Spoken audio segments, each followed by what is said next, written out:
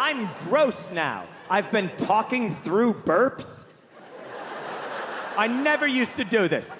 When I was a kid and I wanted to burp, I'd be like, silence! Blah! Now I'm trying to push them down and muscle through them. I'll be at dinner just doing the bread and the seltzer, filling up like a hot air balloon.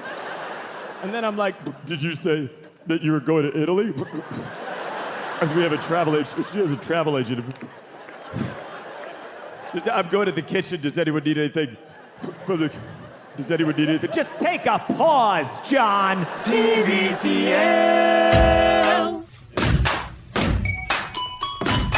Is what we experience real, or is reality a computer simulation constructed by an advanced alien race? For more, our sports reporter, Jim Caputo. Oh, won't somebody please think of the children? When I eat hot Cheetos, I get crazy. I just love hot Cheetos! I love them so much! Remember that time you left a comment underneath that YouTube video and someone replied and called you a dumbass, so you replied and told them it takes one to know one, and then you stayed up all night hitting refresh on your browser waiting for them to reply, and then you fell asleep crying? I remember it differently. This is like that. All right, hello, good morning, and welcome everyone to a Thursday edition of TBTL, the show that just might be too beautiful to live. Hey, Lloyd, do some delivery for the truck to the airport. My name is Luke Burbank. I am your host. I'm an activist and house party enthusiast. Coming to you from the Madrona Hill studio, perched high above the mighty Columbia. Hi, everyone. Welcome to my farm. Where I swear to God, a flock of parrots. Maybe it's welcome to my aviary. I swear to God, a flock of parrots just flew by. Like 20 of them. Is that a thing? I'm still digging out from my porpoise sighting in the river that nobody believed me on.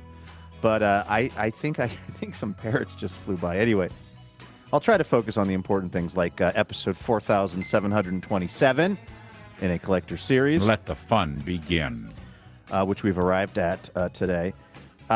We were going on a hike last weekend down in Manzanita on the Oregon coast and saw a bunch of kids playing hacky sack. Kids and fantasy. Technically, they were playing footbag. Hacky sack is a brand name of a particular kind of footbag. Turns out it's the whole thing that the kids are doing now. It's back, baby. I could break out my footbag and maybe impress the kids down at the local park. It's also a Thursday, a.k.a. Blur's Day, so My birthday today. we'll do the Blur's Day messages, and we'll talk to this guy, longest-running Cobra of the show, maybe best known for his depictions of the tall ships. He's a prisoner of his own grievances. He's Andrew Walsh, and he's joining me right now. Good morning, my friend. Good morning, Luke. I want to share with you a little story that's been unfolding in the neighborhood for the past several days. And it's a little, no joke, it's a little bit of a sad story. It's about a lost pet. I am happy to say it is not one of our pets. But it's kind of the, well, I won't say the worst case scenario, because I think we know what the worst case scenario is when you lose a pet. But it apparently happened when somebody was moving into the neighborhood this weekend. And that always really bums me out, because when you're moving and you have animals, you know, the my pet does not know the lay pets, of the land. They don't know the lay of the land, but it's also it's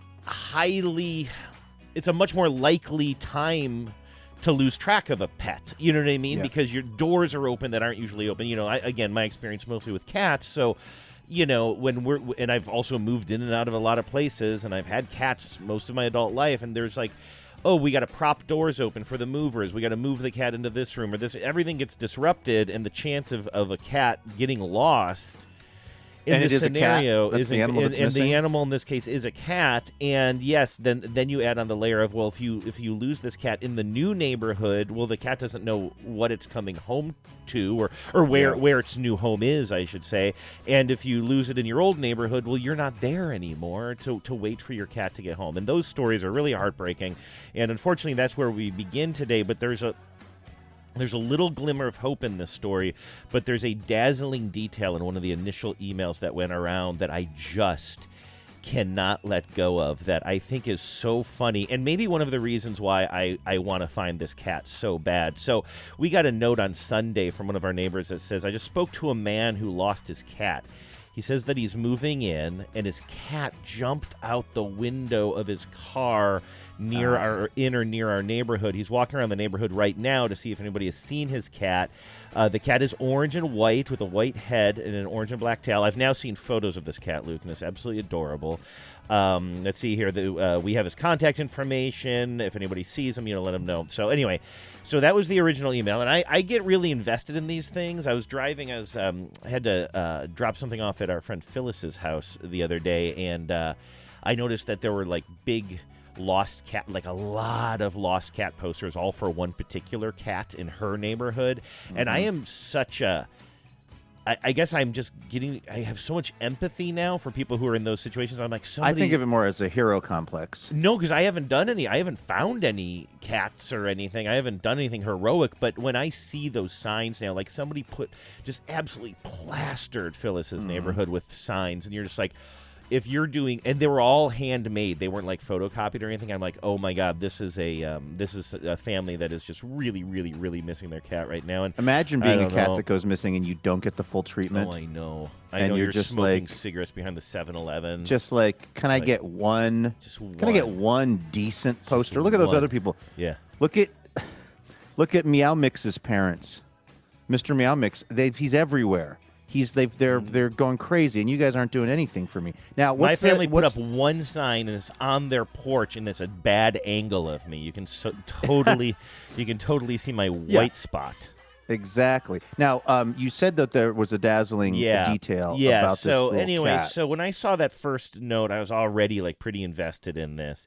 And then not long after, like a few hours later, somebody responded or added to this text chain or this email chain and said, I also met this new neighbor. Here's some additional context. He says he was driving west on Northgate. Now, we live near Northgate, which is like a big thoroughfare, and I really hate that road. It's a 4-lane road that has a lot of... It weaves between residential neighborhoods like ours, but it's supposed to be like 25 miles an hour, but cars go at least 45 miles an hour. People just see it as like a east-west little highway almost, and it just drives me bananas as a pedestrian around there. I cannot tell you how many times a car has just blown through the crosswalk and almost killed me and Genevieve. And I hate that road, and I hate thinking about a cat jumping out of a car window on that road. But anyway, this says additional context. He was driving west on Northgate. Cat jumped out the window. He immediately turned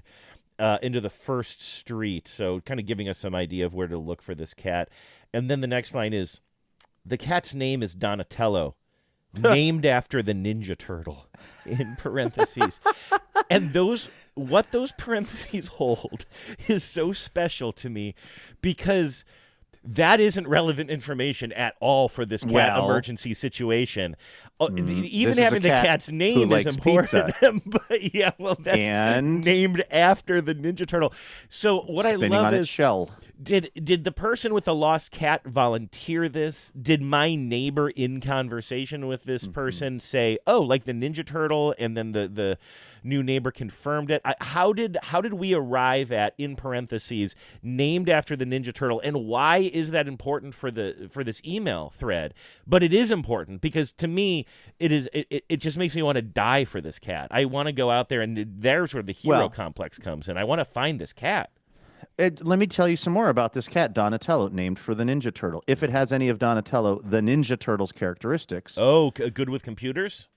He is the smartest and often gentlest of his brothers, wearing a purple mask over his eyes. If you see a cat with a purple mask in your neighborhood, probably this is the cat we're looking for. And a bow staff, probably? Yes. Nice memory. Purple bow staff, works on technology, I believe. Yes. He's the adoptive and mutated son of Master Splinter. What do we have on the guy who was moving? Is he a really large rat? You know what? Which still makes him a small human, but way larger than a little any bit other rat hunched you've ever over, seen. but seems wise somehow. Yes. Yeah. So the person who lost the cat, they're also living in your neighborhood, or were they on their way somewhere else? And unfortunately, this is where the cat ejected from the vehicle. This is where we're bumping up against my knowledge here, or the extent of my knowledge, I should say. But from the context here, I'm sort of getting the impression that this person was close to home, so I'm close Somewhere to in the the new area. home. So I'm guessing in the area. I don't know exactly where this person's home is if I end up, but I do know that one of the streets that they are saying that the cat, the kind of cross street that the cat maybe jumped onto, is one very near my house, about a block from where I live. So when I've been taking Lucy on walks around the block. She's finally getting in that mode where she can kind of actually walk. At first, she just went outside and had no idea what a walk was, but we're finally able to actually take a walk around the block, and so I end up on the street. And so I keep an eye out for the cat, although with Lucy on the leash with me, I worry that I'm not in the best position to be cat spotting, because I would But if assume you could that at least, cat maybe the cat would be hiding or something from you and Luce. Well, I think, honestly, this could really raise your standing in the neighborhood if you can crack this case.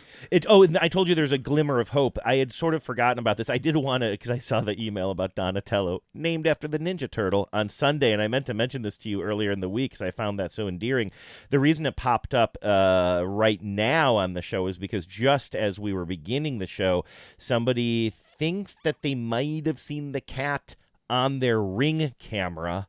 And I believe maybe around either on my street. Now, do you agree with the surveillance state? Or on the street next door, exactly. And so, you know what? That cat was. I'm getting late breaking news. That cat on the Ring camera was Donatello, named for the Renaissance sculptor. You're right, exactly. Totally different Donatello, cat. Parenthetically named for the sculptor. Yes. Oh, geez. Oh no, another orange cat with a white spot. Oh well. Have you? I don't want to put you in a weird position or anything, but like. Now that you've got a Lucy cam that's inside your house. Yeah. I know, like your dad gave you a Ring cam or something that I don't think you ever like the thing that is literally like a doorbell. He gave me one of those, but I have not installed it yet or had it installed yet. Well, I wonder. Here's the thing I wonder about, because I know that, like, when you're getting a delivery, you really want to make sure it's the thing isn't, listen. We've literally not had any issues with delivery yet. Nice. Thank goodness. I'm showing Luke my, this was a whole ordeal. I bought a different cam, and then I returned it yesterday. She's all curled up in her dog bed. Is that the dog bed Wes gave you? Yes, it is. I have a, so what Luke is looking at is my phone that I'm holding up to the screen for Luke, and it has the security cam that we have in the kitchen, the pet cam, really.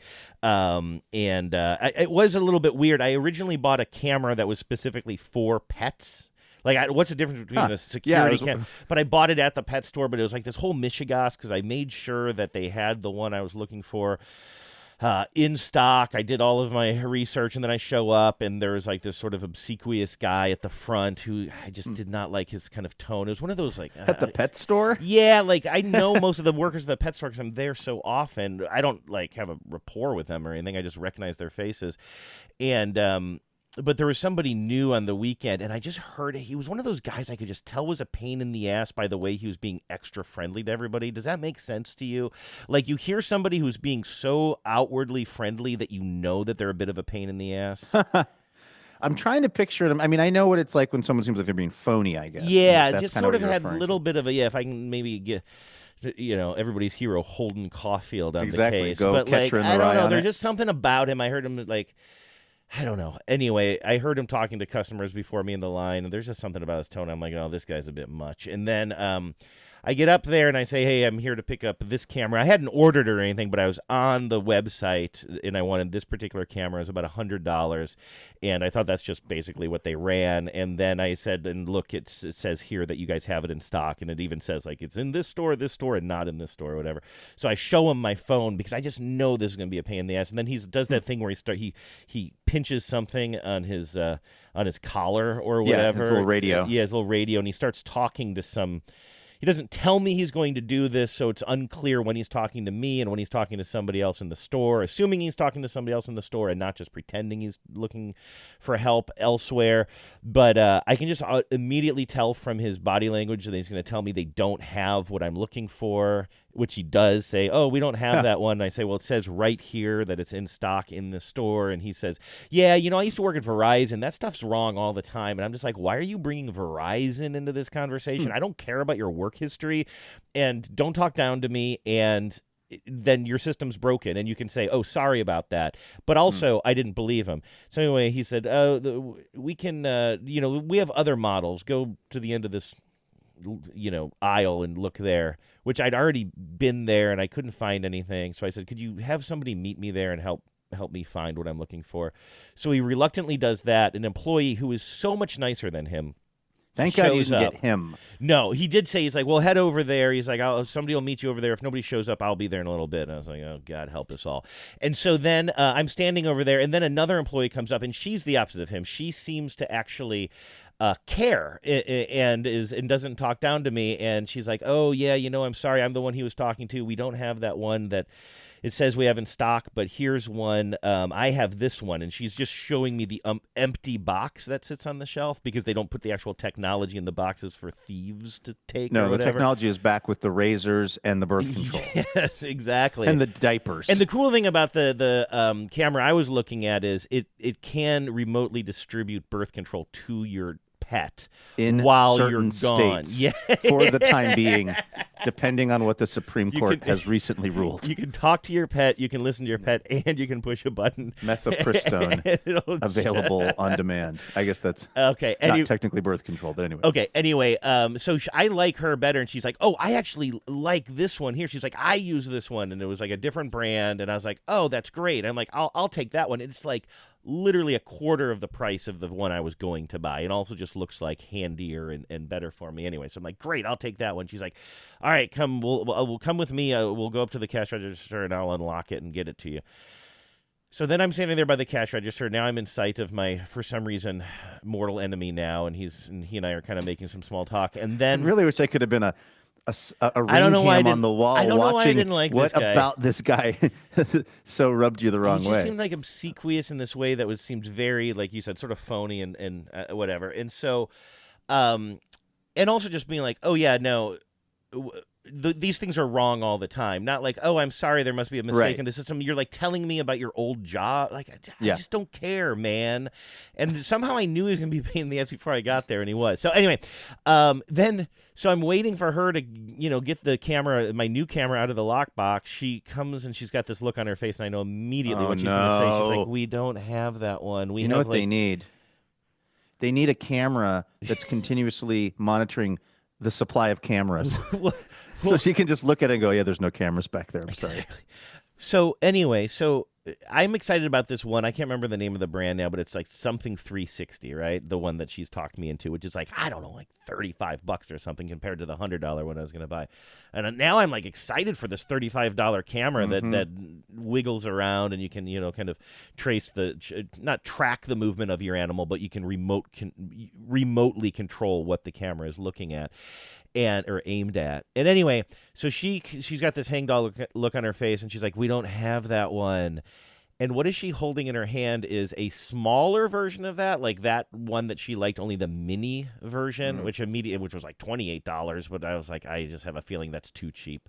I just have a feeling then that's she too brought cheap out for an this. even smaller one that they pay you to take. You know what she was holding in her other hand?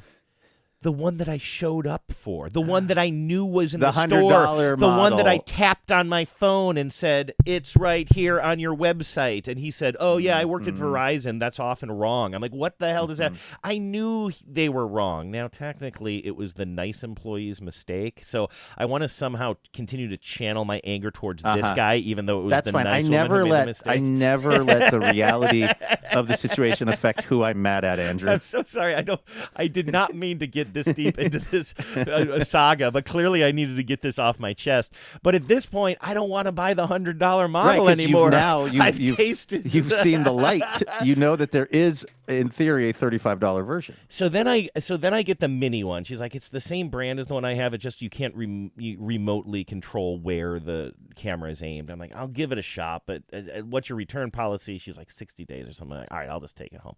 So I take it home and I set it up, and I hate the app immediately. Like, it will not even let me test the camera until I give Lucy's, like, all of her personal information. Like, literally, not just my name and email address, but, like, literally you could not advance to using the camera until you gave type of dog, which I was like, that's complicated, age, size, name. Like, and I know the reason this app is doing this is because they sell cheap cameras just to suck up as much personal information as possible and then sell it to marketers, right? And the app was like, it was designed in this very cheap way whenever you would hit the button that is always the back button on every other app, it just opens up some sort of sales page to sell you more cloud storage. I just hated this thing from the get-go. So I'm like, I'm gonna go ahead and replace this with a better one. So instead of going to PetSmart, I went to Petco 2 days ago, and I wandered around the store for about, 15 minutes looking for the place where they keep all the cameras. I finally go to the front of the store where there's a young person, some young people working at the front. And I said, "Where are your pet cams?" And she literally did not look up from her phone. I said, "Pet cams? We don't have anything like that." "You mean like," what? She said, "You can go across the street to like Target and get like a baby cam." I'm like, "They make pet cams." I said, I'm replacing a pet cam that I have. She said, "Meh." And I was just like, what is with the world these days? And I'm just a cranky old man. What I did was I went to Best Buy. I bought a security cam that also had a cat on the box. So I'm like, this straddles the line between security cam and animal cam. And it's more of a security cam because when you set it on the counter, its point of view, even though you can control where it aims, it doesn't really aim at the floor the way the pet-specific one did. Like the pet-specific one knows you want this thing aimed at the floor where the pets are. This is more like if there's an intruder, you're going to see him walk or her walk through the door. The intruder could be a woman. That's right. Women can be anything these days, Luke. So what I've got going on in my kitchen right now, and I should take a picture of this monstrosity and send it to you, is I had to get this thing up off the counter and on some sort of gooseneck situation. So I came down here to my studio and I found some old gooseneck for a microphone that is now like clamped to the corner of my counter, and putting this camera about, I don't know, eye level with me right now. It looks like an eye in the sky, and then on the gooseneck I can kind of bend it downwards towards the floor and then remotely kind of control where the camera is looking from my phone. And it looks something, we use the analogy of the movie Brazil. It looks kind of like some sort of a Brazil-esque situation in my kitchen with this futuristic eye on top of it does very have a little the tiniest bit of subservient chicken energy. The whole thing seems it's like very a 24-hour weird webcam. It works well. I love being able to, like, right now I can look at Lucy again. It looks like she maybe just finished eating her frozen yogurt tray. But she's calm now. She's in bed. She only ate half of her yogurt, so that's an interesting update for everybody. So, but you know about the PetSmart debate, right? Petco versus PetSmart? No, PetSmart. Is it Pet Smart? Oh. Or is it Pets Mart? Is it a mart that the pets are, or is it being smart with your pet? Is Good it Lord, I don't know if I've thought about this. Or is it PetSmart? I think I don't know if you can even tell in the way I don't know say the answer, it, but I think I always think of it as Pet Smart, but you're right. A smart place to get your pet stuff, or is it? Or are the pets running the mart? Is it the That's pets interesting, yeah. Mart possessive? I will say, I kind of didn't mention that this cashier I didn't like was a golden doodle. Did I mention that? Just like really obsequious. Was it an F1? Golden doodle. So anyway, thank you for putting up with that, Luke. I did not intend to tell that whole story, and I clearly needed to tell you about my retail experience. Wow. But back to my, and I'm glad that I heard about it, and I'm glad that it's kind of working out. But I'm still curious. You have no interest in putting up that Ring cam or something like it, just for the convenience of, like, if something gets dropped off, if friends are coming over, etc. Do you still feel like it's part of the surveillance state that you sort of are not a particular fan of? No, this is just inertia. Like, if I were to go out and get a doorbell, would I buy one with a camera? I don't know, to be honest with you. Maybe I would. I'm not like resisting that. I am sort of resisting putting cameras all around our yard because I do think it'll end up making me just more paranoid. Also, we do have we have a bird cam now that sort of looks towards our door because Genevieve has it hanging. She calls it bird creep. We have a camera outside called Bird Creep. It's made by Raytheon. So yeah, it's made by the people who are behind Partyful. I don't know.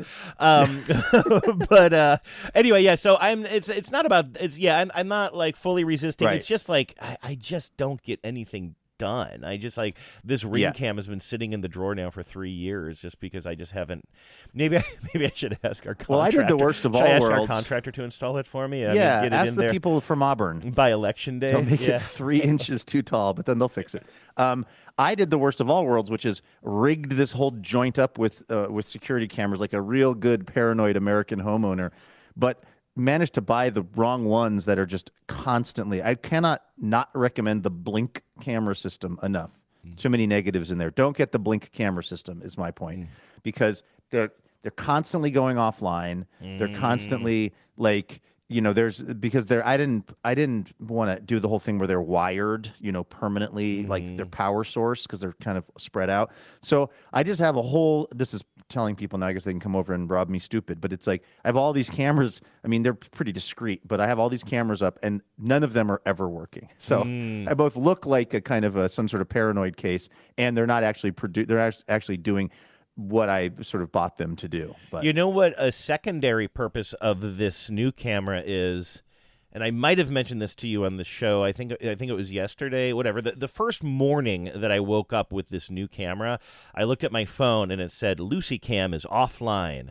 And I was like, what's going on with this new camera? Is it broken? Turns out, no, the internet was down. And so it ended up being a leading indicator that I had internet issues that I had to get fixed before the show started. So that's kind of like, was it Viagra that was supposed to be a heart medication, but then it also helped with other things? I sort of feel like this is now not just a Lucy Cam, but also an internet is down detector. I think it was the Viagra.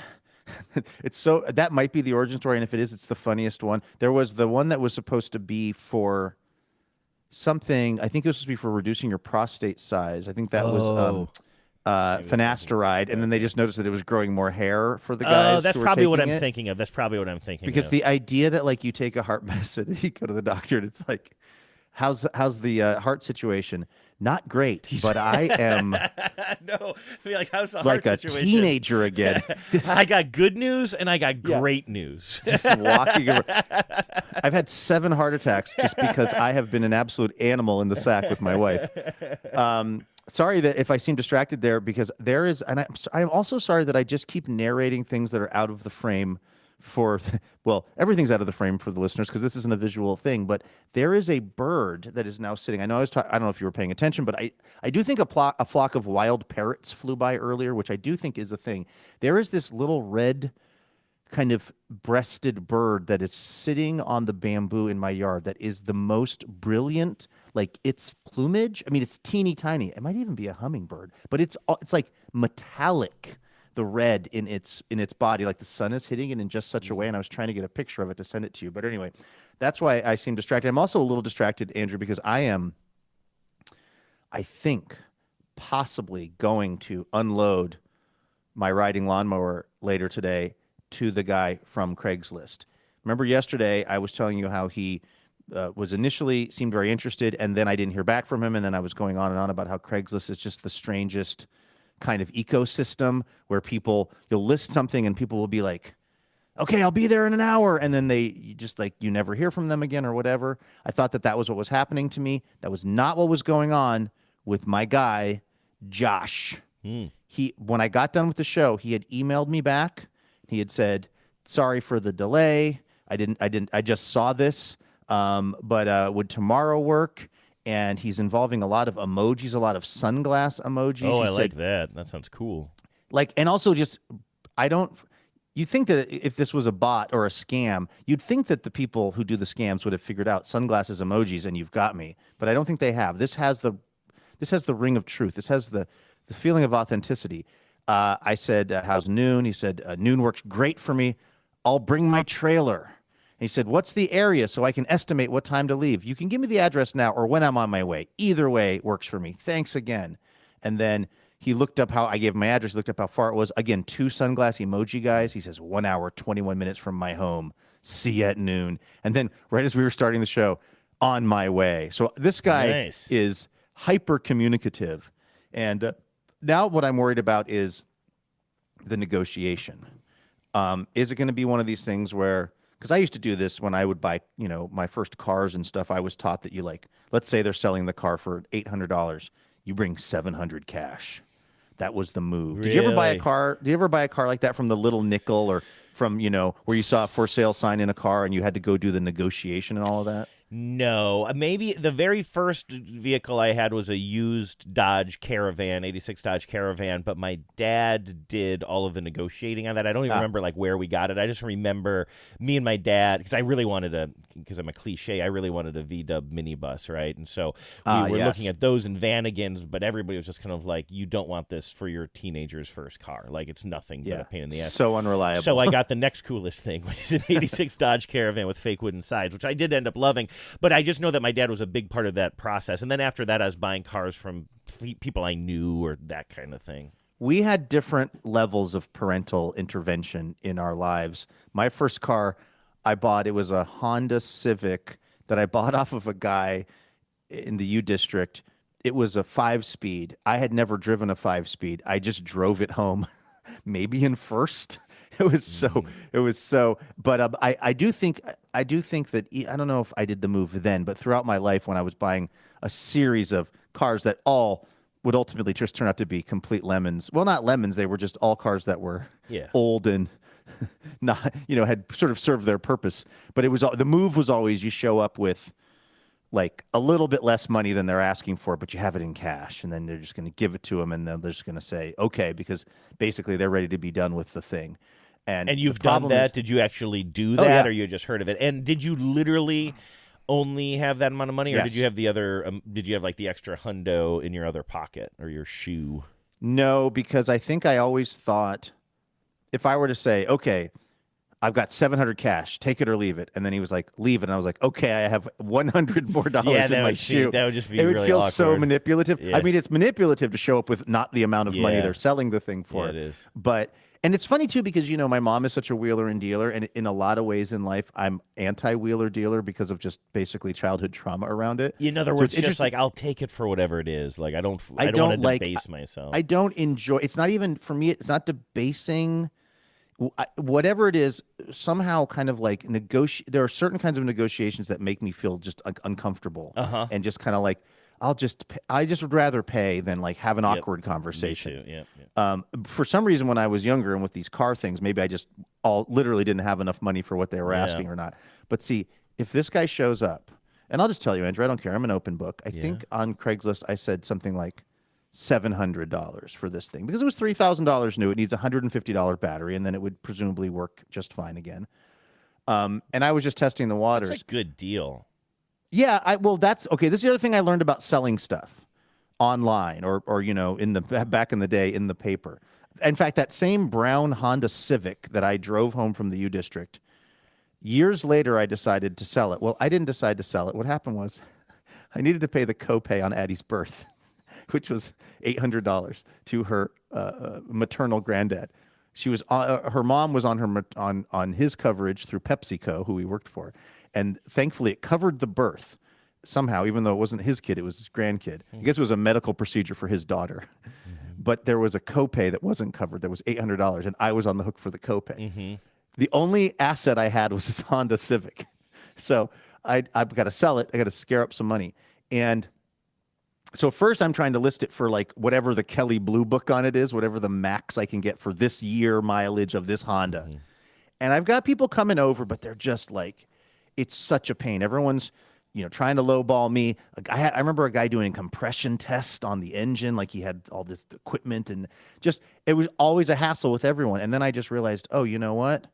Just list it for $100 less than you could get for it. Or maybe it was even less. I knocked the price down to where I knew intentionally, I knew I was selling this car for less than I could get for it. And I put a little for sale sign and the amount of money, let's just say it was $500 or whatever, in the window of my car. I drove it from my house to Living Way Foursquare Church and back. And in that time, 4 people had called my parents' phone number, which is what was listed on the little sign.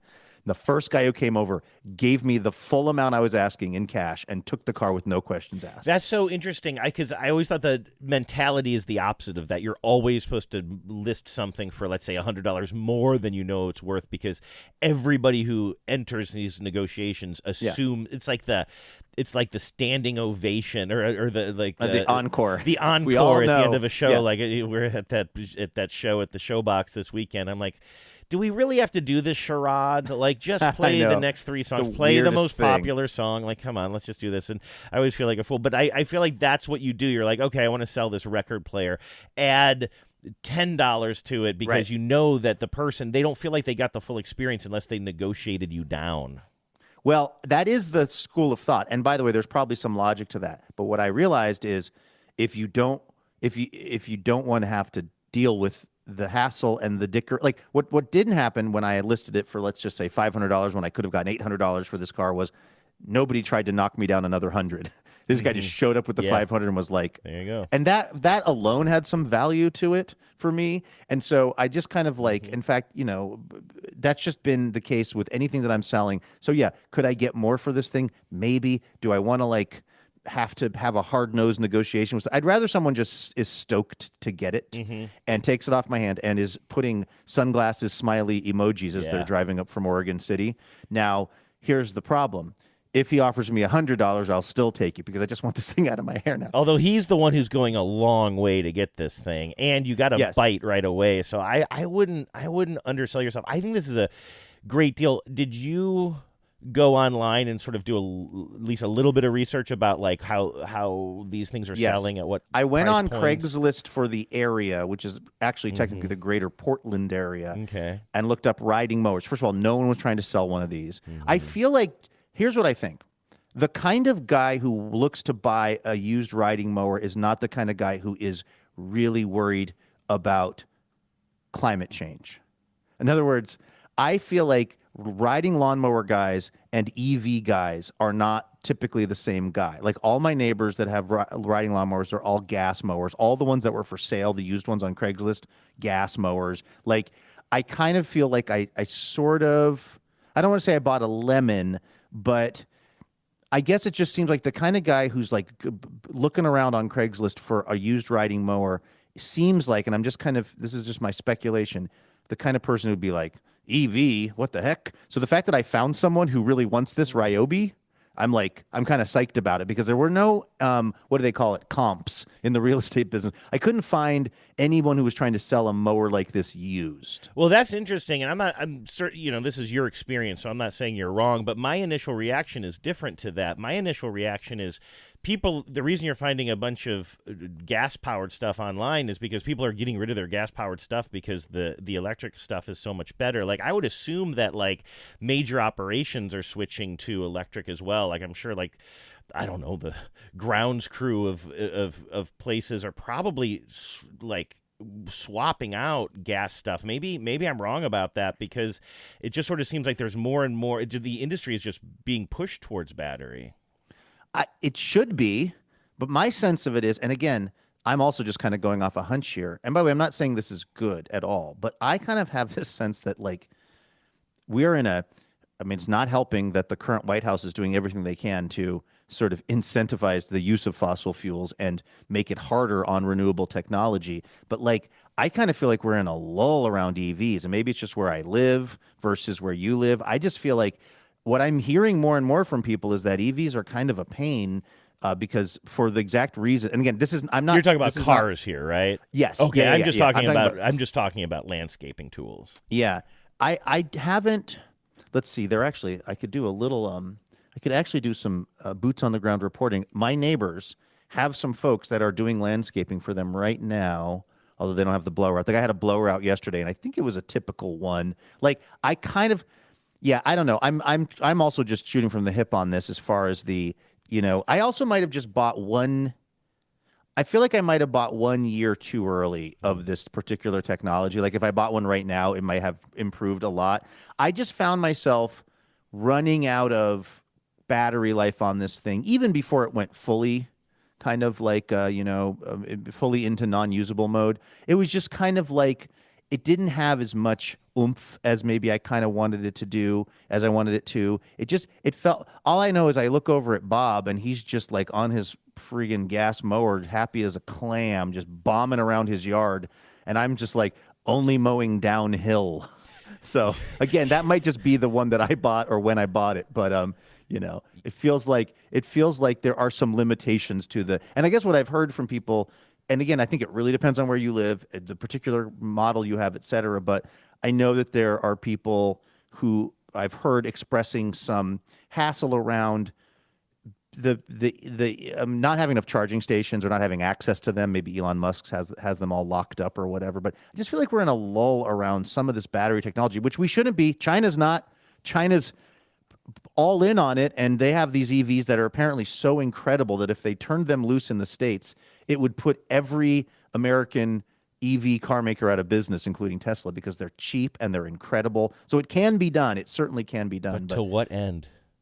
To what end? I had a thought the other day, and this is before you and I were talking so heavily about these electric lawnmowers this week. Good news is, as of this afternoon, this will no longer be a topic. Oh, actually, that might have. Let's see what happens this afternoon. Yeah, but how the negotiation goes. Do you remember I told you I had a really great Saturday a couple of weekends ago because I had done tons of yard work, and then after the yard work was done, I was able to sit in my backyard and burn a bunch of wood from my wood pile and drink some beers and listen to the Mariners game, and it was that heartbreaking Mariners-Royals game. But anyway, I just that night was really good, but I had another this one thought. that Wet Eyes ruined for us, by the way. Oh, yeah, that was the throw that you were mad about, right? That was the throw to second that advanced the runner to third. Last 10th, night, yeah. Pass ball, which advances the runner to third. Yeah. Wet Eyes is really killing it. I love the fact we haven't even told the.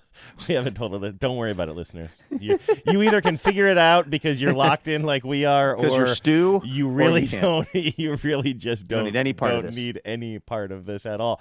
But I was just sitting there listening to the game, burning things in that. And again, we have a solo stove that our friend Sarah, our realtor to the stars, gave us as a housewarming gift, which is just it was such a good it's gift. a nice housewarming gift. It's a great housewarming gift. I love it. It's one of our favorite things. We use it so much. And anyway, I was thinking, I'm seeing some sparks, pop out as always happens with a fire. Nothing dangerous was going on, but I just had this thought of just ooh, don't let those sparks go too close to the garage or something. And then I just remembered my garage doesn't have gasoline in it. And it was such a weird feeling because especially growing up in the country, me alone, I had my own small little riding mower. I had the push mower that I used. My dad had the big tractor with the big mower on the back. We had a big tractor with a front end, front end trowel or whatever you call those things. Yeah, scoop. We had whatever. I don't have to list all the things, but that we had between tools and toys. I don't know if you know this, Luke, but at the end of the day, the man with the guy most that toys, dies with the most toys wins. The man who dies with the most toys wins. God damn. Yeah. Anyway, we just had tons of stuff, and so we had so many cans of gasoline. But don't you kind of miss that smell? I do a little bit. Yeah, but it's just freshly cut grass and gasoline. I do kind of like that. So I like the smell of gasoline in the water, which boy, that sounds terrible. Huh. But anyway, where were you? But we had when the Valdez crash. Calm down, Hazelwood. How many? Yeah, right. How many tanker drivers does it take to drive? 1 1/5. 1 1/5. All right. I do. Being around boats as a kid, or we had these little things called aqua scooters, which you would have loved. These things, they were little submersible things that would pull you around in the water, almost like a James Bondy kind of thing. Where would you use those at? We would go to various lakes and use them, and then we might have tested it in our pond, but our pond was pretty small. Can you stay above when you're using the aqua scooter? Yeah. Can you stay? Your head is out of the water as it's pulling you along, or do you have to be underwater too with it? No, the thing itself is sort of, let's say, half submerged or 2/3 submerged. Yeah. So it's got like a motor and stuff, and that's kind of under the. It's all. it's sealed in some way. Yeah. And so most of it is underwater, but then maybe a third of it is kind of floating above the water. Then it's got a not an exhaust tube, but like a snorkel, basically, because obviously the engine needs air, and that snorkel is providing air to the engine. And then you could add an extender to that snorkel, and then you could kind of aim it down further into the water and fully submerge this thing, and then you could be like a little frogman behind it and like kind of do that for as long as you could hold your breath and then pop back up, so long as you never went so deep that the snorkel went underwater now, and it sucked water. This is an engine. electric technology, by the way. I'm looking these up. They're all electric now. Think about that. That makes because sense. you don't have to do the snorkel anymore. Do they still call them that? Is it actually called aqua scooter still? I Googled aqua scooter, and I found there's something called a Waydo. Okay. That promises 60 minutes of runtime. But this is where not having a combustion engine is like a big improvement probably to the whole experience, because you could friggin' find Atlantis with that thing. Oh, Luke. I am. Have we just unlocked your new summer? Do me a favor. Summer passion. I'm trying to send this to you, but did you find the actual one that you used to have? I am having some major hardcore feels nostalgia. Here. Yes, I'm going to try to send you this link via text if that's okay. This is the actual one I had. If you Google, you're on my 5. Maybe I'll make this my. Maybe I'll make this the show pick today for the listeners. But yeah, if you Google 1980s aqua scooter, whoa, this link I just sent you is I would not click on this. If I received this randomly, this is the longest link I've ever seen in my life. My God. What did I just send you? Click on it. See what happens. Are these the Dead Sea Scrolls? What in the world did I just send you?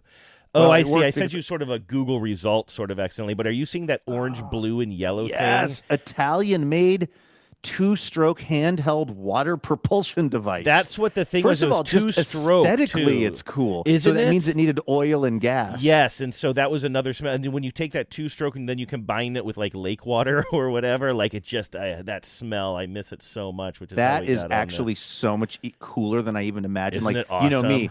I'm all about like the aesthetics. Of course, it's Italian made. That would explain why it's so didn't know cool that. looking too, with that big orange gas tank on it and stuff. I love this thing. God, take that thing in the Columbia River. Yeah, now I want this. I feel like the only way I can be happy is if I reaccumulate all of the things that made me happy in my youth. You sound a lot like me, my friend. And as you know, it's working great. By the way, there's one of these is going on eBay for $1,000. There's 14 people watching it. Oh my God, we could have been thousandaires. We was hoping for some razzle dazzle. Razzle dazzle.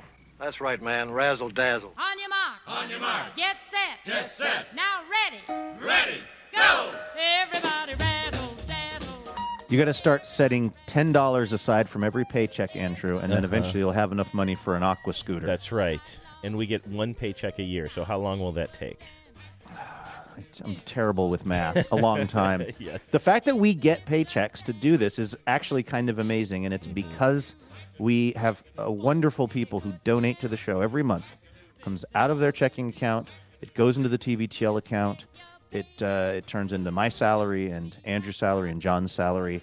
This is 100% listener supported, thanks to folks like Darren Lone Fight in Carlisle, Pennsylvania. I feel like we just heard something about Darren's work in another dazzling donor message a while ago. Darren says, Professor Lone Can I actually Fight. ask you something here? And I don't know if this is the proper conversation to have on the air, but I'm looking at the pronunciation that Darren supplied, and we've always said Darren, but the pronouncer makes it sound like it might be pronounced Darren. I saw that too, and I just assumed that Darren did not know how to pronounce their own name. No, I'm not sure if that, because sometimes it is hard to explain how to pronounce something. So I wasn't sure if that was like maybe a quasi typo, or if we've been pronouncing it wrong this whole time. So I will put a Darren in there as well, if that's the proper way of we'll go with Darren Lone Fight. Yes. Professor Lone Fight, 3 affiliated tribes here. Nice. I founded the Center for the Future of Native Peoples at Dickinson College, just miles from the site of the devastating Carlisle Indian Industrial School. We've talked about this, by the way. This is me, not Darren, talking here. We talked about this before.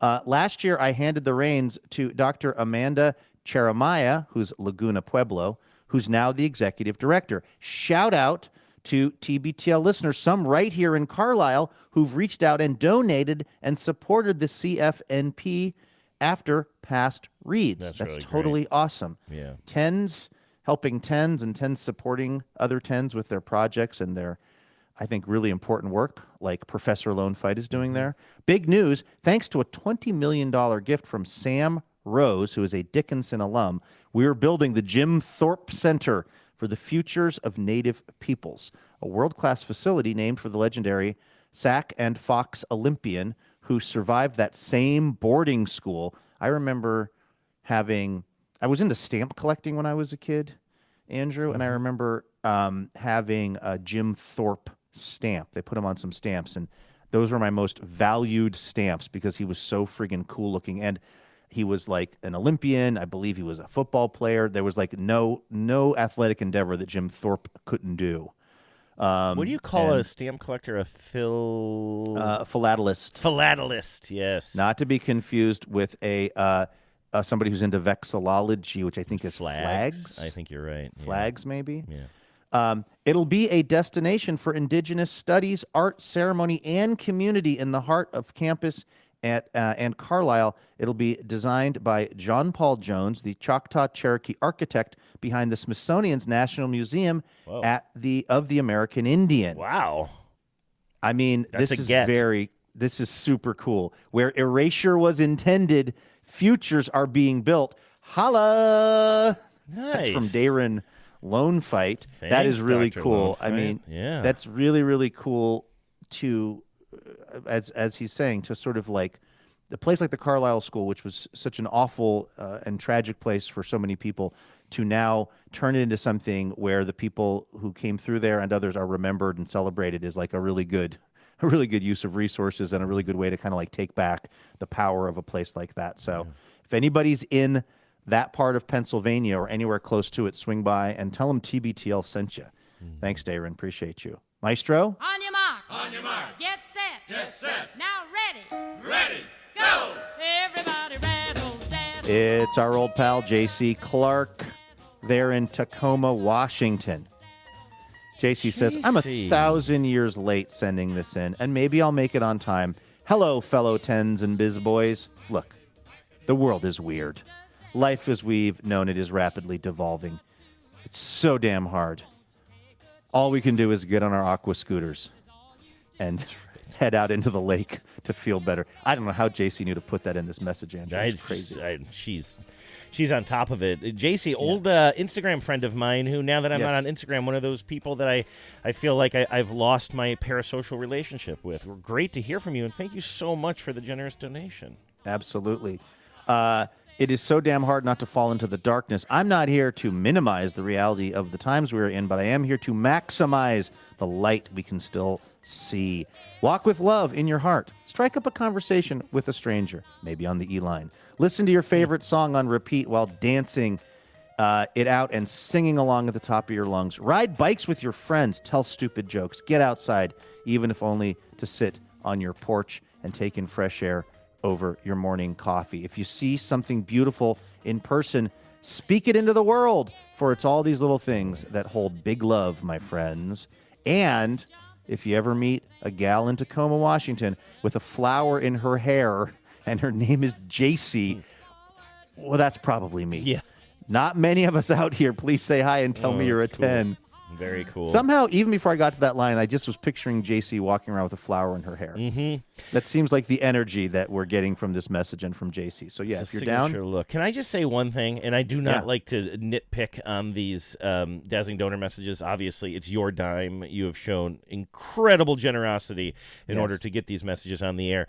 I am willing to try any of those things that JC recommends as far as just like living life to the fullest, except for telling stupid jokes. Like, I can't imagine me telling stupid jokes. What about sending me dirty jokes like you did yesterday? Which, by the way, that's right. Lol. I sent Serious lol. I sent you a screen cap of a dirty joke that I saw on That Blue is Sky. really And funny. the only reason I sent that to you is because, and again, I didn't want to drag you into my mood, but I kept saying that Was that another Ninja Turtle reference?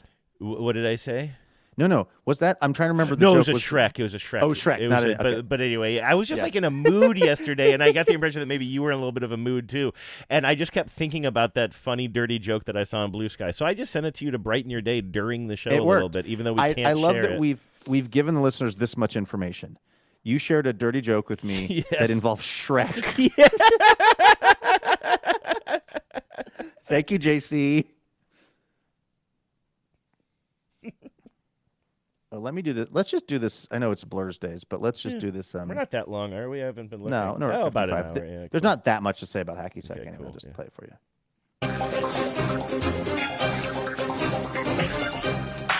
Hello and welcome to Top Story.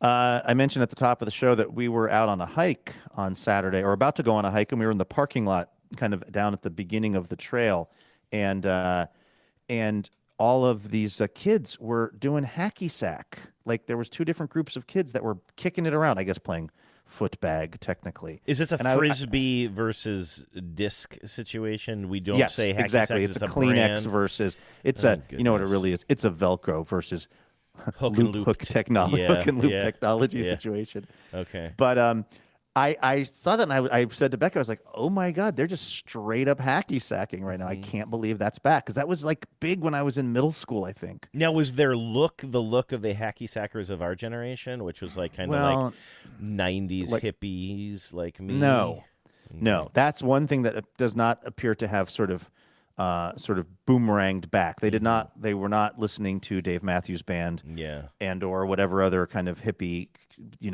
kind of crunchy granola coated things. No puka shell necklaces. No, not on these guys. Yeah, okay.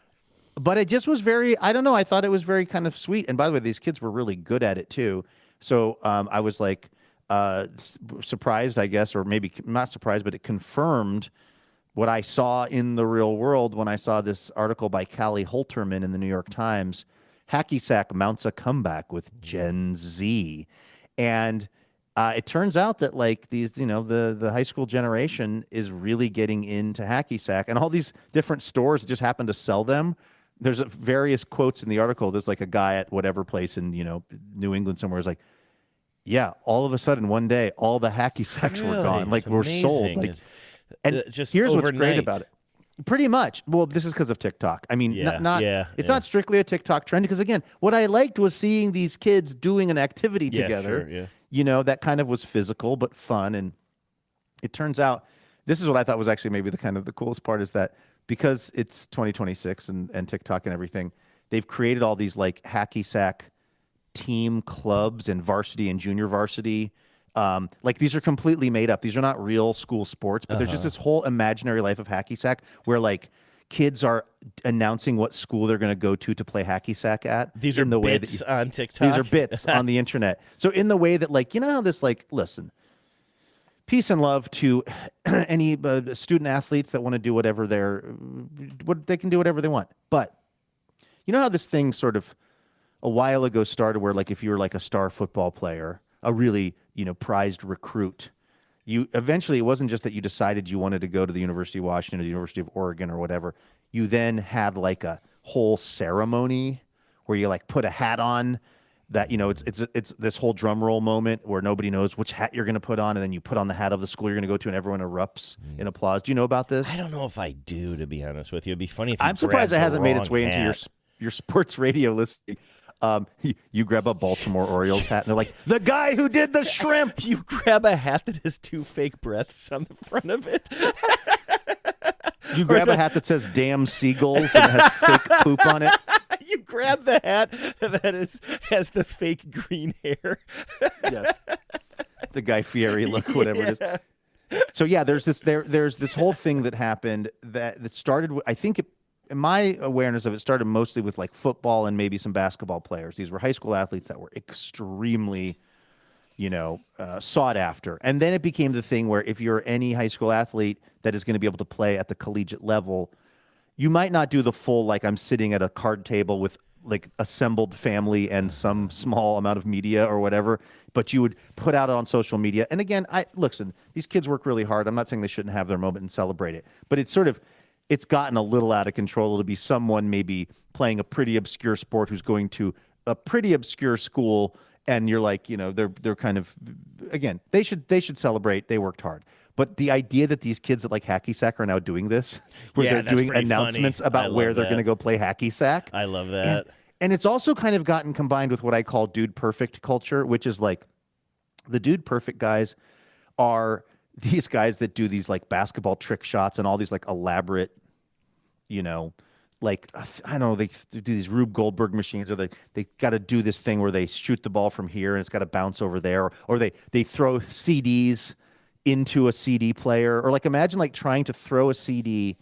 Is it a Xbox that had a top-loading CD at some point? Is that a I is that a don't thing? know. I do have an Xbox, but the kind that took CDs from me went into the front, but I'm not familiar with like the history of that kind There of are certain technology. kinds of like older technologies, older devices where like it's somehow CD or DVD, and it has like a slow, like you just put it in the top, and it's almost like a toaster. Yeah, it kind of yeah, goes yeah. down. I can picture that. I think So it there might are have these been guys a that'll Sony sit. thing, maybe. They'll sit on one side of the room and they'll just like throw the CDs or the DVDs until it lands perfectly in the slot and lowers itself. Sure, Or yeah, they'll yeah, do yeah. like just all these, you name it, all these different kinds of like impossible 1 in a million shots, which they'll just sit there for hours and hours and hours trying to do them. And you just get to see the moment when it actually happens and they jump up and down and go crazy. Well, it's like that of hacky sack. Like these guys are taking it to these like crazy levels now where they're like kicking it off of a roof and then another guy is catching it and flipping and throwing. Like they're really advancing the whole operation. And what I thought was maybe the kind of most heartwarming part of the story was at the very end of the piece, it says, the old guard seems happy to welcome newcomers. Derek Fogel, 62, a hacky sack legend in Columbia, Missouri, and member of the Footbag Hall of Fame, said he'd been intrigued by the unusual serve setups he had been seeing among young players. He says, it would be really easy for me to look at this and say, hey, that's not the way you play hacky sack, he said. But he said he would rather let a new generation make the game its own.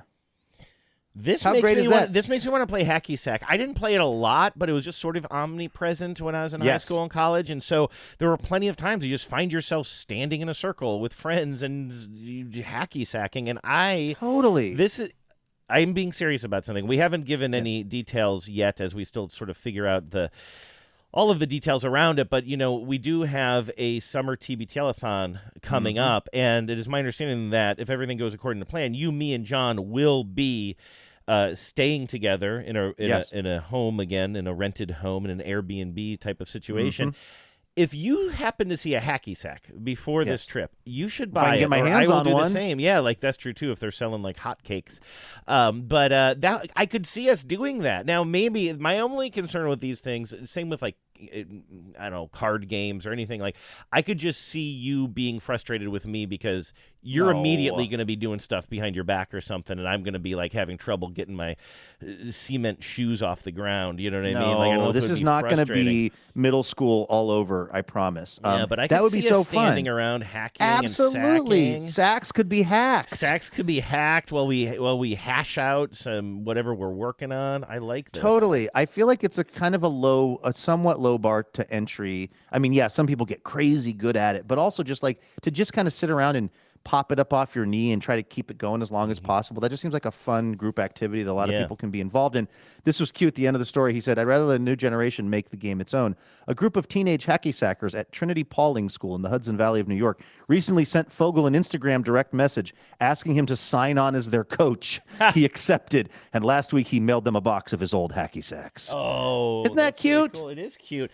It also that little bit you were telling me about, and we don't have time to get into this because I could be just totally off base. I'm so, you know me, I don't have a very solid grasp on what's going on in the culture these days, especially the generations that are younger than me. But there's something about the TikTok bit that you were saying of people like announcing what schools are going to go hack for that introduces a bit of irony in younger pop culture that I feel like maybe has been a little bit missing. Now, I'm not even saying if that's a good or bad thing. Our generation was drenched in irony, right? Like that was like kind of the defining characteristic, sort of an eye roll, a sarcasm, irony.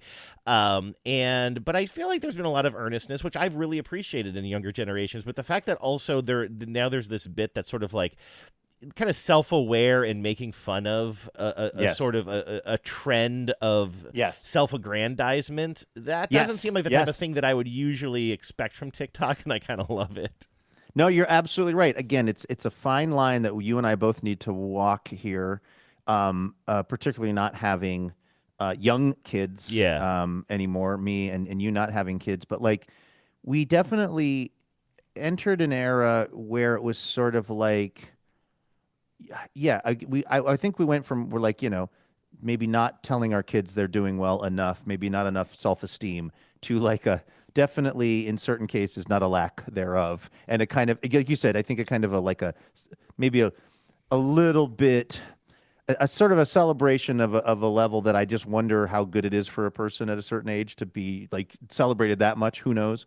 And the idea that like this same generation is kind of having fun with it. They're kind of making a little bit of fun of some of this kind of like super aggrandizing kind of behavior and everything, all of that stuff. Like, I do think that's kind of that's encouraging to me, because these kids seem like they totally get it. They also, I mean, again, what keeps coming up in the story is that these kids are kind of doing it as a joke, but then they're just having fun hanging out. Yeah. Like, let's see, Joey Fink, a 17-year-old senior at Walcott in Walcott, Connecticut last month, he and some friends were inspired by the TikTok video to start kicking around a green foot bag with a smiley face on it before baseball practice. These days, the boys film rallies complex enough to please Rube Goldberg and then share them on Instagram and TikTok accounts they created to document their sacking exploits. The school's vice principal recently joined one of their circles for a few kicks. He was pretty good, Fink said. It's kind of bringing everybody together, he said. And then there was another quote somewhere else from a young woman who, same thing, had created this whole kind of joke, fictional thing with her friends. But then basically at the end of it said, it's actually really fun to just hang out and do this thing. So I'm all for this, and yes, Andrew, I will be on the lookout. Although I want to get like a legit hacky sack, which is like the little leather stitched thing. Because you know what? I always had like one of these like shitty ones that was like just beans in a crocheted. Yeah, but that's the only kind I ever saw. I never saw a leather one. All of the ones I knew were like those, and they got real dusty over time, sort of a dusty feel to them. Yeah. Oh, you didn't ever see the leather one? If so, that was a rarity. Like I all the ones that they're like kind of that, just like that hippie braid, not braided, but like that kind of crocheted or something like that. Yeah. Leather hacky sack. I was always very envious of the legit, because you could get those little, we'll just call them the hippie ones, the ones we're talking about. You could pick those up anywhere for nothing. So I always had one of those, but I felt like they didn't. Really what it was the kids that were super good at hacky sack or foot bag or whatever, they had the legit like leather ones, the kids that I knew, and that were like, and the leather was all patinaed because they just spent so many hours getting so good at it. And I was like most things, just kind of a sort of a dilettante with it. I kind of, had it, would kick it around a little bit. I didn't really know any hard tricks. I wasn't particularly good at it, but I always looked at the guys that had the real leather, and I was like, that's what's going on. So I will get my hands on one of those before. Oh, dude, should I buy an original hacky sack for $180? It's still in the packaging at World Foot Bag, dude. Maybe I up the price of this mower. Think he'll pay $1,000? Then we've got legit hacky sack money. You're not using TBTL funds for this. I don't know where the card is. It's fine.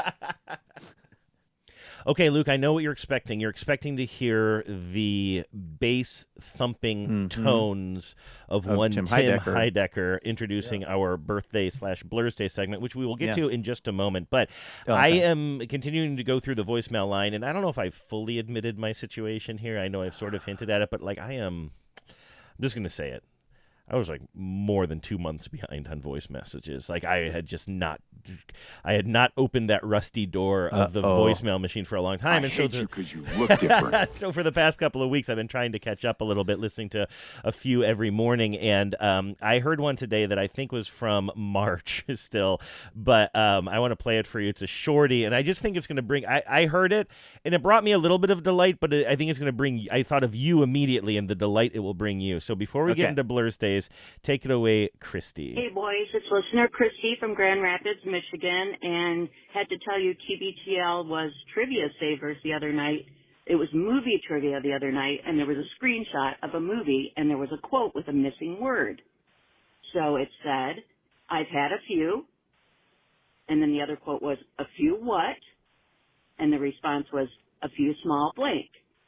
And I'd never seen this movie. It was a picture of a guy, kind of looked a little roughed up with dark hair, but I didn't know what it was, but I was like, a few small beers. I know this, beers. A few what? Everyone's like, few small beers. I have no idea, but I know that quote. So thank you, boys. What you do is so important, obviously. Now we're out. See? No idea. See? I don't know what the movie is, but I know for a fact that it's a few small beers, thanks to your That's what obsession with that TBTL line. brings to your life. Exactly. So I wanted to share that with you. And Thank now, you. for your regularly scheduled programming. There's a right way to rock and a wrong way to roll. You can just listen to your soul. Just remember that life is number one. You can be happy. Look at this sleeping dog, Luke. Aww. Life is much fun. You can be number one. That's right. Lucy is upstairs, still asleep in her little bed. I'm just proud that she's actually in the bed. I am collecting a whole host of photographs of her half in the bed, half out of the bed. Her favorite way to sleep in this bed is to have her back half in the bed and her front half splayed out on the That hardwood seems to floor. be a dog thing. I had Really? so many pictures of Rudy doing the same thing. Maybe back half in the thing, front half. Who knows? But like, there seems to be at least those two dogs. Something about not being fully in or out of that dog bed that they really like. Yeah, she's always got her face pressed against the cold floor, the hardwood floor, the kitchen floor, and her rump is in the bed. It's cute as hell, but it also makes her look like she's not the smartest dog in the world. Well, which she might not. Send be. her to Kumon. Yes, we're going to Kumon tonight. We're going to puppy kindergarten tonight, and I just texted Genevieve, so this will be our third week, and I said, are you already thinking about what takeout food we'll pick up on the way home? Like, we haven't had like kind of traditions like this, and so now the first 2 weeks that we went to puppy kindergarten, we're driving home around 7:30 at night or 8 o'clock at night or something, and the first night we picked up gyros, and then the next night Genevieve ordered some Chinese food from the car, and we picked it up on the way home. And so now when I think of puppy kindergarten, it's like I'm training myself. I'm like, ooh, what treat do I get afterwards? Yeah. And I don't know. What are you guys going with? I don't know. I just texted her. She's like, ooh, I don't know. Let me think about this. Yeah, could just go with that. Maybe some Indian?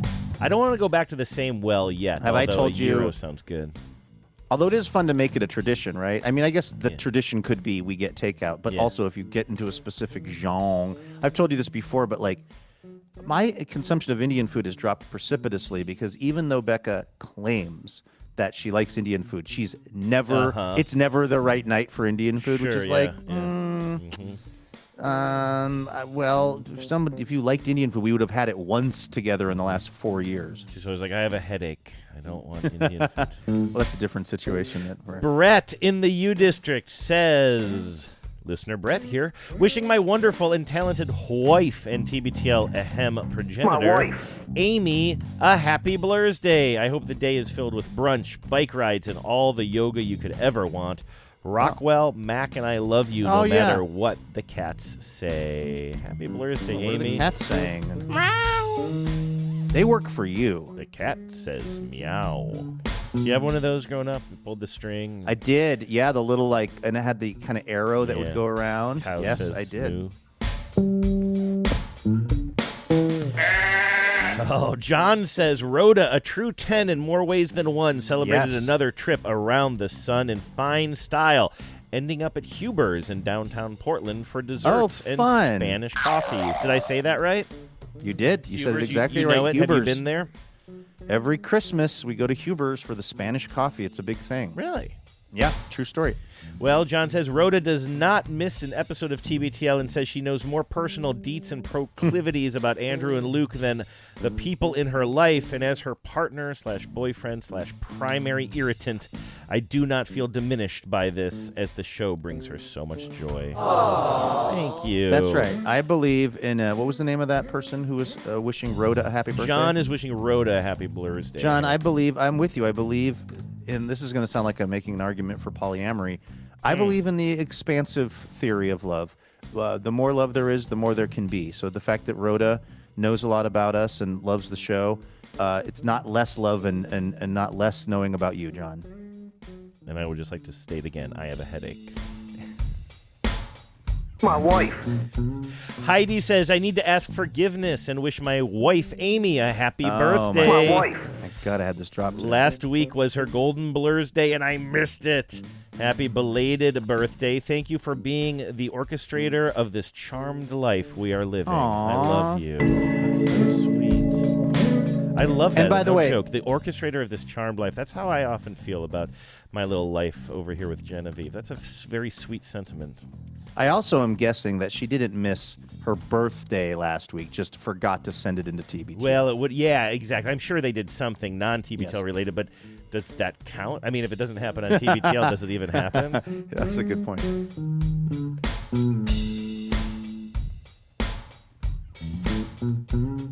Deb says, I'd like to wish my friend Chris a fantastic 50th Blur's Day. By the way, this is our pal Chris of Tacoma Little Theater, I believe. Oh, yeah. Discovering a fellow 10 in the wild at our Rotary meeting, of all places. I love it when a 10 meets a 10 in the wild. No joking, at a Rotary meeting. That's awesome. If you see someone with a flower in their hair, it's JC. It's JC. Fellow 10 down there, That's okay? right. That's right. Also Tacoma focused. It was the coolest thing ever. Your kind spirit makes the world a better place. I can attest to that. Cheers to many more, says Deb. Happy Blur's Day, Chris. Now, this is a different Chris, because this is from Chris in Worcester. Looks like Worcester, but it's Worcester. Chris in Worcester says, Happy Blur's Day to me on Saturday. Shout out to my fives, Milo and Martin. Your dad is on the podcast. That's pretty cool. Indeed you are. Happy Blur's Day, Chris. Listener Sean says, I'm writing in to wish the happiest 8th Blur's Day to my 5. Yoshiaki, your mom and I are so proud of you and all of your accomplishments this year. Finishing 2nd grade, your love of baseball, and your wild imagination and your commitment to jumping out and scaring us every chance you get. Love it. I don't think I pre-read this one. That's great. Keep being awesome, and please stop growing so much, and happy Blur's Day. Yoshiaki, keep jumping out and scaring your folks, please. Never stop. That's so great. I love the best Blur's Days just offer just a little window into these lives. Will says, hi, Andrew. Will in Mountain Lake Terrace here. I don't know why I left the hi, Andrew in there. Sorry about that. I'm not trying to center myself in the story, as you say, Luke. Will in Mountain Lake... parenthetically, of the Ninja Turtles. Will, parenthetically, named after the member of the Black Eyed Peas. Will in Mountain Lake Terrace here. I'm wishing myself a happy Golden Blur's Day. Thursday, that's today, is my 45th birthday. Nice. And as you read this, I will be in the middle of the MCAT. Wish me luck. That's the medical one, right? The MCAT? Yeah. Hey, you know who this is? This is our, I think, attorney who's going to med school who builds airplanes. Oh, this is Will. We were thanking Will for dazzling donation. He's doing the MCATs right now. You know, oh my gosh, good luck, brother. Yeah. On your birthday, on your 45th Golden Blur's Day. Is it okay if I just kind of scroll through some text messages for a while I look for something? I got a text message from our friend Amy in Memphis, who I think is maybe taking the MCAT today as well. Is this the day that the MCAT happens? I'm trying to think, and I thought it was a tie-in to another 10, so I was looking to see if maybe Will and Amy are in touch about this, but maybe not. It says... let's see. Amy says, I'm taking the MCAT this month, and I'm taking it Thursday morning at 8 a.m. Wow. So this must be MCAT day for everybody, yeah. Oh, a blessed MCAT day to all who celebrate. And by celebrate, I mean studied their brains out for the last however long to take this. Good luck. Let's see here. Yeah, this is great. Anyway, I can't tell if these two listeners are in touch with each other, but good luck to both you, and Will, especially happy Blur's Day. Yeah. And finally, Nancy says, today I turned 53. Although I'm a new 10, I've only been listening since about 2018. This year was the first year of interacting with my imaginary friendos and 10s. I participated in the card exchanges, the holiday party, sharing my pathetic Wordle scores in Slack. By the way, something happened to me the past 2 days, Luke. For the first time in my Wordle history, I failed Wordle 2 days in a row. And I don't mean that I forgot to do it or anything. I mean, I lost Wordle 2 Sleep days in a deprivation. row. It's sleep deprivation. And also just lack of care at this point. Like, I just jammed through. I'm not doing it strategically. Like, how many letters can I use up? This dog has really changed you. I was just like, I don't know, mommy. Like, mommy is such a bad guess. It takes up 3 M's, and if there's no M's in there, you're screwed. I did it, and it didn't work out for me, and I just wasted all those letters. So I was like, you know what? I don't care anymore. What was I saying? You were saying Nancy was trying to make this all about her on her Blur's Day. Today I turned 53, and I'm participating in the card exchanges, the holiday party, sharing my pathetic Wordle scores in Slack, and I got to hear my first dazzling donor message over the air. Thank you again, Nancy. Thank you so much. Here's to another fun trip around the sun with you all. What we do is so important. Happy Blur's Day, Nancy. Absolutely. Thanks, Nance, and happy birthday.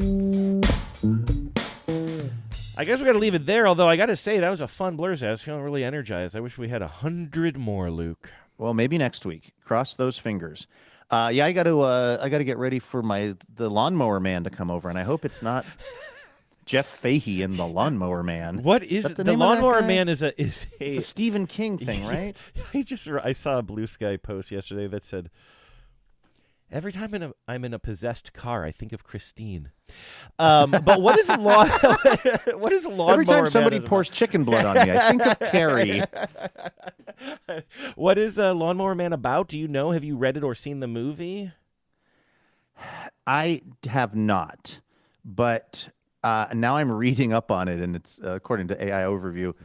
Jeff Fahey stars as Job Smith in the 1992 sci-fi cult classic, The Lawnmower Man. In this film, directed by Brett Leonard, Fahey plays a mentally disabled gardener who becomes the subject of a virtual reality experiment led by Dr. Lawrence Angelo, Pierce Brosnan, gaining incredible intelligence and superhuman powers before turning into a dangerous digital megalomaniac. What do you... the name Jeff Fahey was new to me, and I'm looking him up now. Like, why is that name so prominent for you? Is it from Lawnmower Man or some other It's from project? The Lawnmower Man, which I've never seen because, Andrew, I have no say in what information my brain prioritizes. That is not...